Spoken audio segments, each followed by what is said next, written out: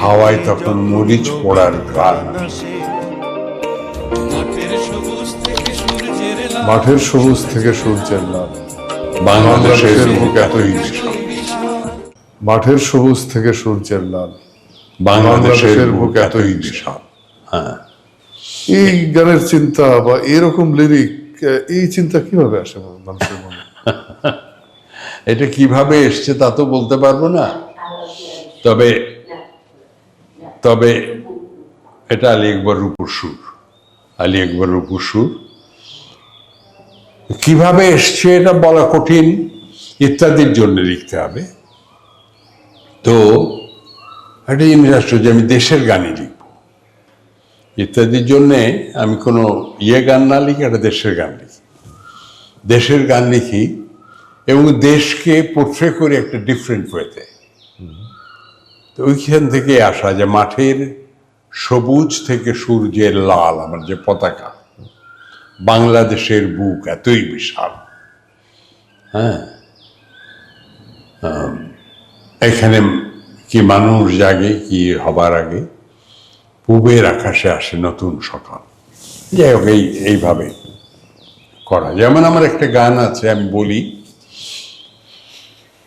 এই গানটা আমার ধারণা ছিল যে গানটা খুব জনপ্রিয় হবে, কিন্তু কেন হয়নি আমি জানি না।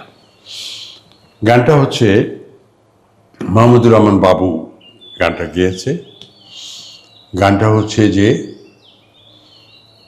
মাঠের বুকে যখন নবীন ধান আসে, তখন আমার বুকে গান আসে। শুকনো নদী ভরতে যখন বান আসে, তখন আমার বুকে গান আসে। সুর করেছিলেন কি এটা? সে গান আমার আলী আকবর রূপু।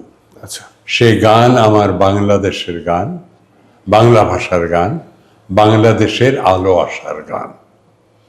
হ্যাঁ, তারপরে সূর্য জেগে ওঠার আগে গায়ের ঘরে মানুষ জাগে, গ্রামের ঘরে মানুষ জাগে। হ্যাঁ, বউ ঝিয়ারি আপন হাতে থালা সাজায় পান্তা ভাতে, হাওয়ায় তখন মরিচ পোড়ার ঘ্রাণ আসে, সেই গন্ধে আমার গান আসে। এই যে হাওয়ায় তখন মরিচ পোড়ার ঘ্রাণ আসে, এটা গ্রামে যারা বাস করেছে তারা জানে না, সবাই জানে।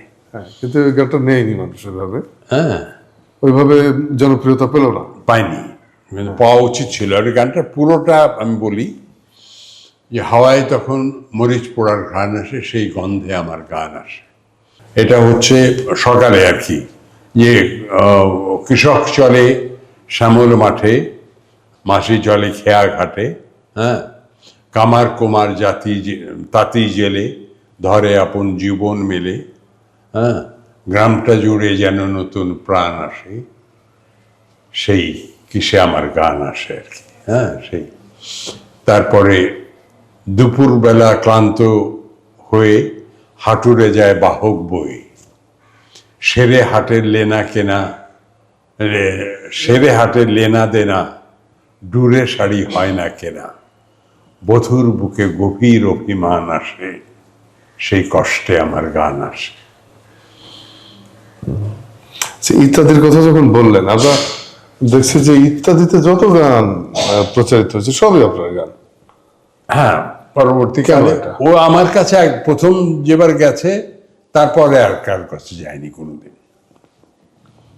বাংলাদেশে তো আপনি ছাড়া গীতিকবি আরো অনেকে আছে, অনেকেই ভালো লেখেন, তো কেন শুধুমাত্র আপনাকে দিয়েই তার সারা জীবনের ইত্যাদি? আমি জানি না, ওইটা হানিফ বলতে পারবে। এই যে ও নাটক লিখেছে একটা, গল্প মানে টেলিফোনে শোনালো, নাটকের নামকরণ কি করব, দিলাম। তাহলে এবার একটু একটু ওই সিগনেচার টিউনটা একটু লিখে দেন 2 লাইন। আচ্ছা, লিখে দিলাম, এই যা মনে আসলো। আমি এখন কাগজ কলমে লিখতে পারবো না, যা মনে আসে বলি, আপনি লিখে নেন। তো আমি টেলিফোনে বললাম, ও লিখে দিল, আমার কাছেও নাই। সামনের এপিসোডের জন্য? হ্যাঁ, সামনের এপিসোডের জন্য ওই যে ATN-এ নাটক করে একটা, ঈদের ঈদের নাটক।